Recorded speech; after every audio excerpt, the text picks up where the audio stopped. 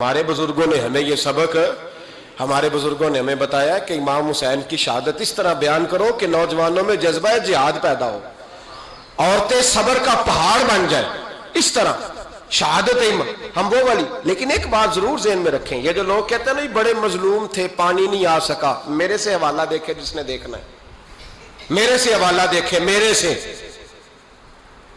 حضرت امام حسین میدان کربلا میں تھے تو تھوڑی سی جگہ کھود کے نا امام حسین نے تو خندق کھودی۔ خندق کھودنا عرب کا رواج تھا، مدینے میں بھی خندق کھودی گئی، اس کا نام ہی جنگ خندق۔ تو خندق کھود کے نا آگ جلائی جاتی تھی، یہ حفاظت کا ایک ذریعہ تھا تاکہ دشمن نہ آئے۔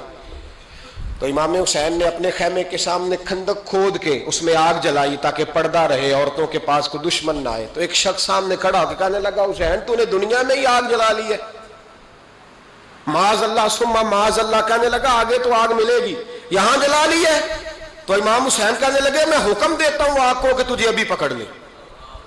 لوگ کہتے ہیں مظلوم تھے، میں حکم دیتا ہوں آگ کو تجھے ابھی پکڑ لے۔ یہ لفظ امام حسین نے کہے، میں 3 کتابیں تو میری لائبریری میں ابھی ہیں جن میں حوالہ ہے، 3 کتب سے، اور آج کل پرسوں کی کتاب نہیں، سینکڑوں سال پرانی۔ جب کہا نا میں حکم دیتا ہوں تو وہ آدمی گھوڑے سے نیچے گرا، گھوڑے سے نیچے گرا، اور گھوڑے کی رکاب کے اندر اس کا پیر الجھا، گھوڑا ڈر کے اتنا دوڑا کہ جا کے اس آدمی کو آگ میں پھینک دیا۔ امام حسین کے سامنے جل کے مر گیا۔ یہ حسین ابن علی ہے، یہ ابھی حکم دیتے تو فرشتے ابھی آ جاتے، یہ ابھی بات کرتے تو ساری دنیا کی فوجیں ابھی اکٹھی ہو جاتی، یہ ابھی حکم دیتے تو ابھی آ جاتے۔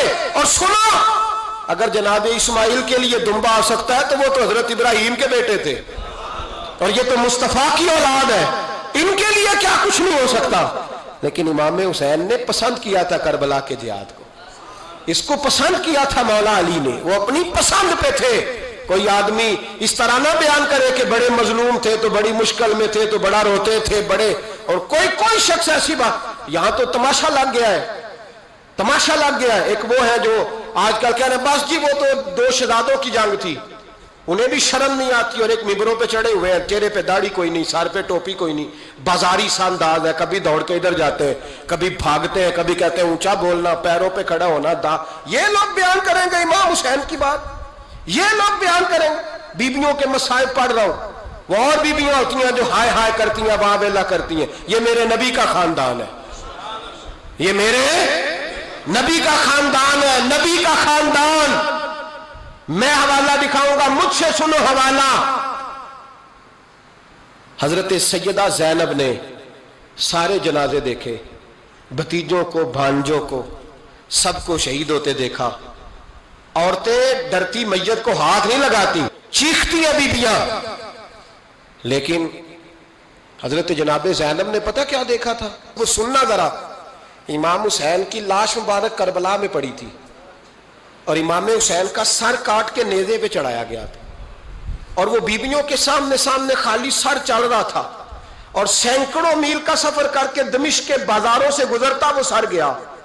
آج میں سر کی بات نہیں کرتا، سر کی، آپ مرد ہیں، جوان ہیں سارے، یہاں کسی کا کٹا ہوا ہاتھ پھینک دیا جائے نا، ہاتھ تو لوگ چیخے مار کے دوڑ جائیں گے، بلکہ ہاتھ تو دور رہا، کسی کی انگلی کاٹ کے یہاں پھینکی جائے تو لوگ چیخے مار کے مرد دوڑ جائیں گے۔ لیکن کٹا ہوا سر دیکھا، لاشیں دیکھے، یزید کا دربار آیا، بی بی صاحبہ کو نا ایسے عورتوں نے اپنے حالے میں لیا ہے، سیدہ زینب وہاں بیٹھ گئیں۔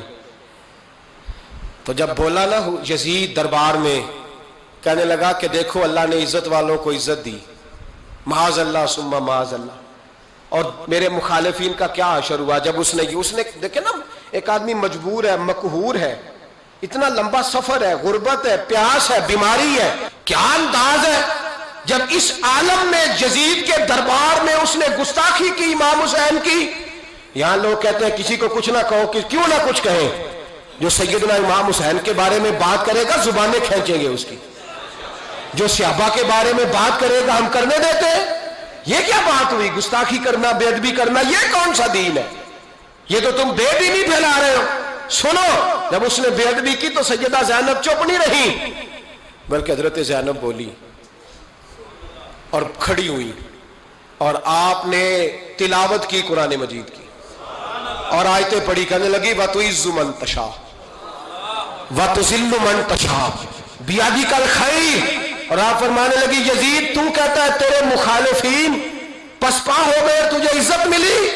آپ فرمانے لگے یہ تیرا دربار ہے نا, یہ تیرا سجا ہوا ہے نا, تیرا اس وقت ڈنڈا چلتا ہے نا. فرمانے لگی چند سال ٹھہر جا, تیرے اوپر لوگ لعنتیں برسائیں گے. اور فرمایا جب جمعے پڑھے جائیں گے تو لوگ میرے حسین کے نام کے خطبے پڑھیں گے. فرمایا آج یہ تیرا دربار ہے نا. حضرت نعمان بن بشیر صحابی رسول تھے, وہ کہتے ہیں میرے قریب ایک نابینا صحابی بیٹھا تھا, سنو سنو حوالہ میں دکھاؤں گا.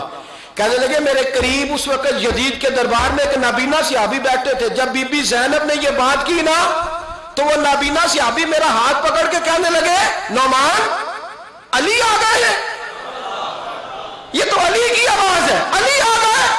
جبریل امی بول رہے ہوں جیسے, حکمت کے گوہر رول رہے ہوں جیسے, دربار دمشق میں وہ زینب کا خطاب منبر پہ علی بول رہے ہوں جیسے. کہنے لگے علی آ گئے, علی, یہ تو علی کی آواز ہے.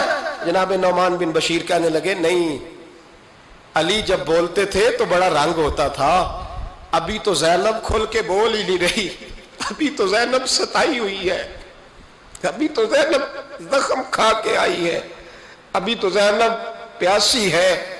کاش زینب تر و تازہ ہوتی تو زینب خطبہ پڑھتی تو علی کی طرح گرجدار آواز نکلتی.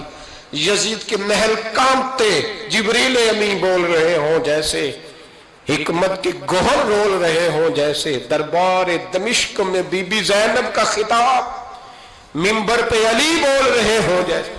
وہ مسکینوں کی طرح منتیں نہیں کر رہے تھے, ہائے پانی ان کا مزاج ہی نہیں تھا, بلکہ وہ دلیر لوگ تھے, دلیر, اور بر موقع بر محل بولتے تھے. یزید آیا دربار میں, جب یہ سارا قافلہ وہاں پہنچا تو یزید دربار میں آیا, اور جب وہ دربار میں آیا تو بادشاہوں کا طریقہ ہے, گاڑیاں, اب ہمارے بادشاہوں نے روٹر والی گاڑیاں رکھی ہوئی ہیں, وہ یوں چلتی ہیں, شور ہوتا ہے پیچھے. اس زمانے میں کہا جاتا تھا با دبا ملاحظہ ہوشیار, پیچھے ہٹ جاؤ, نعرے لگنے لگے.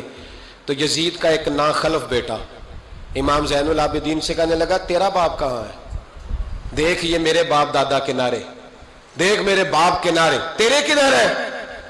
ابھی یہ بات شروع اس نے کی تھی کہ دمشق کی جامع مسجد میں زور کی اذان ہو گئی, اور جب مؤذن نے کہا نا اشہد ان محمد رسول اللہ, تو امام زین العابدین اس کا ہاتھ پکڑ کے کہنے لگے یہ میرے نانا کے نعرے لگ رہے ہیں, اگر تیرا ہے تو بتا, یہ میرے نانا کے نعرے ہیں. اور فرمایا تیرے باپ کے 2-2.5 سال لگیں گے, میرے نانے کے قیامت کے بعد بھی لگیں گے, میرے نانے کے نعرے قیامت کے یہ لگتے رہیں گے, لگ رہے ہیں اور لگتے تھے اور لگتے رہیں گے.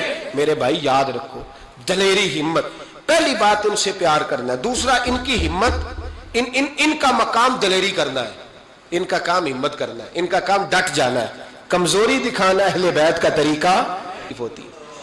حضرت عباس کے بازوؤں میں درد ہوتی, جناب زینب پھر پریشان ہوتی ہیں کہ ہم تو اس بے حیائی کے خلاف لڑے اور امت ابھی یہ گند کر رہی. جو چوکوں میں کھڑا ہوتا ہے نا عورتوں کو تاڑتا ہے, وہ یزید کے طریقے پہ عمل کرتا ہے. یہ دلائل ہے, آپ سوچ لیں, اندازہ کر لیں کہ ہم نے کس جماعت میں کھڑے ہونا ہے. اس لیے گند سارا نکالیں. امام حسین کا ایک پیغام آج اپنانا بڑا ضروری ہے. امام حسین نے سر سجدے میں کٹایا, اور قرآن کی تلاوت نیزے کی نوک پہ بھی جاری رہی ہے. اس لیے آج کم از کم 10 نفل امام حسین کی سنت سمجھ کے ضرور پڑھیں گے انشاءاللہ. جنہوں نے روزہ رکھا ہے بڑا اچھا کیا ہے, چلو جو نہیں رکھ سکے پھر بھی نفلی ہے, کوئی فرض نہیں. کم از کم 3 دفعہ سورت یاسین کی تلاوت آج ضروری ہے امام حسین کے لیے. کریں گے انشاءاللہ تعالی. اگر وہ نیزے کی نوک پہ پڑھ سکتے ہیں تو آپ ان کی خاطر بھی تو پڑھ ہی سکتے ہیں نا. تو بہت ضروری